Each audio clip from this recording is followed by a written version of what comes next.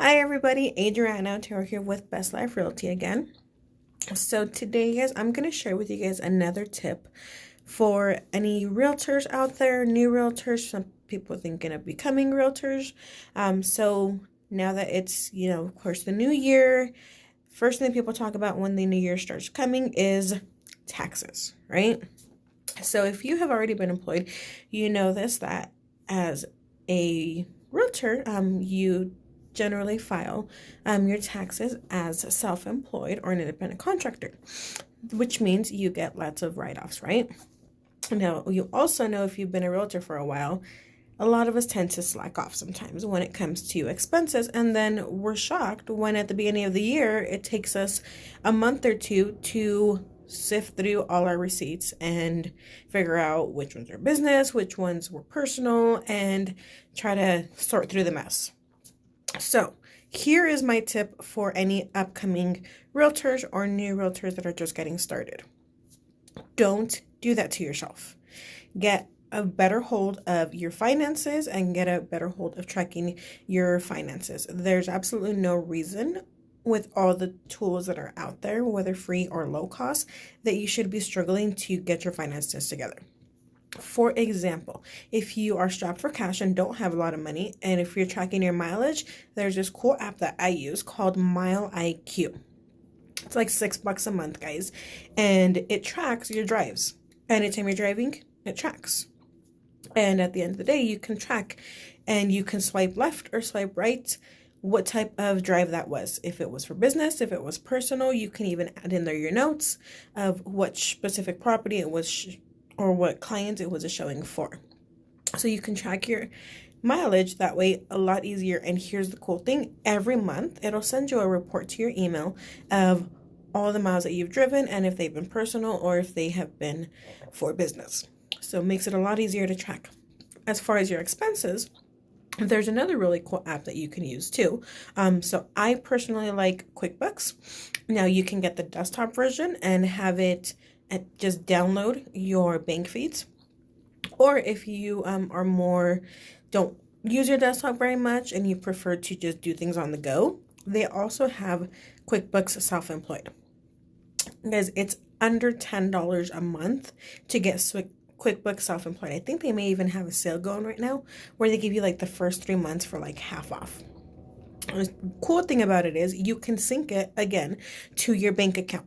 So you can, at the end of the day, whatever money that you have used or transactions that you filed, you just go into your QuickBooks app and you can swipe left or swipe right.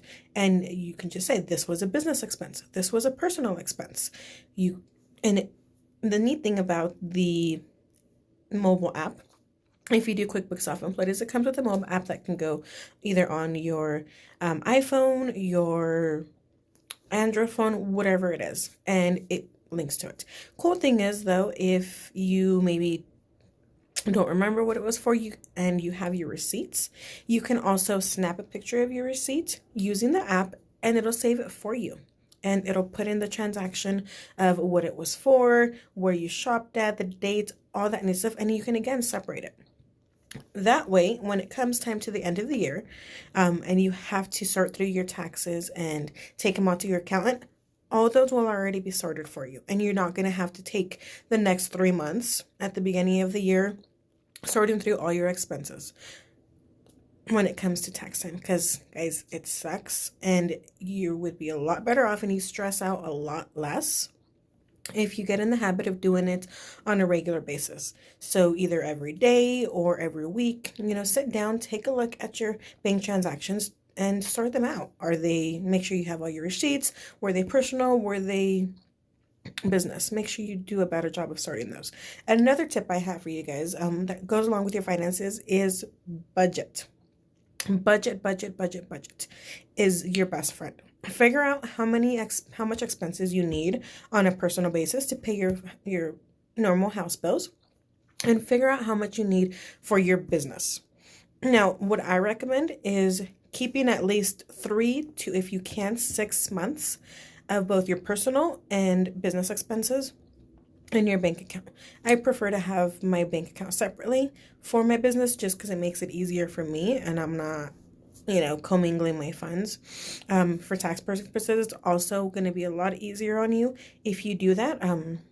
That's the advice that my accountant gave me, because then if you get audited and all your transactions have always been coming out of your business account, you don't have to worry about getting your personal account audited for business reasons. So it's always a good idea to try to keep those separate if you can.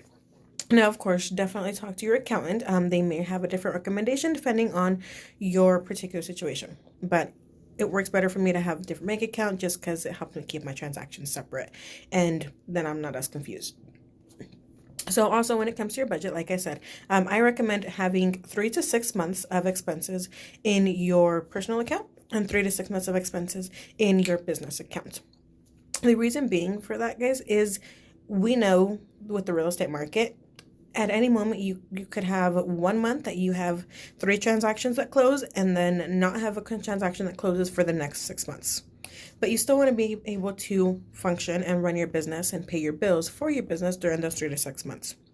I know it can be tempting to get three transactions that close and get a nice $10,000-$20,000 commission all at once and spend it all. It's super easy to do, I know, but trust me, guys, you're gonna regret it if 3 months down the line you don't have any money to pay your bills. So you always want to make sure that you budget wisely. Make sure you keep 3 to 6 months of your expenses in each account, so that if that does happen to you and you don't get a closing for 2 to 3 months, it's okay. You're covered. And I mean, the last thing you want to have to worry about when you're out prospecting, trying to get new business, trying to show houses and get properties under contract, the last thing that you want to worry about is, oh my God, am I going to have money to pay my bills? Because what that's going to do, guys, is it's going to cause you to stress more. It's going to cause you to maybe not treat people as nicely, because you're going to start seeing people as a paycheck, and you're going to be a lot more desperate for that paycheck if you don't have that money in the bank. So to keep your sanity, definitely do some budgeting and plan ahead for your taxes. Keep better track of your expenses, both weekly, monthly, and annually. And do what you can to try to budget and make sure that you have enough money in your bank accounts for the next 3 to 6 months. So, of course, if you have any specific questions for your situation, definitely talk to your accountant.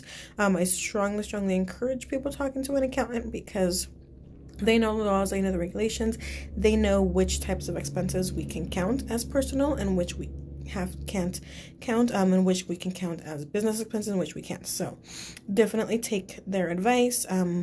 They know what to do to try to help you in case you get audited, so that you're not getting in trouble with the IRS. So that is your realtor tip for today. Thanks for watching, guys, and have a good day.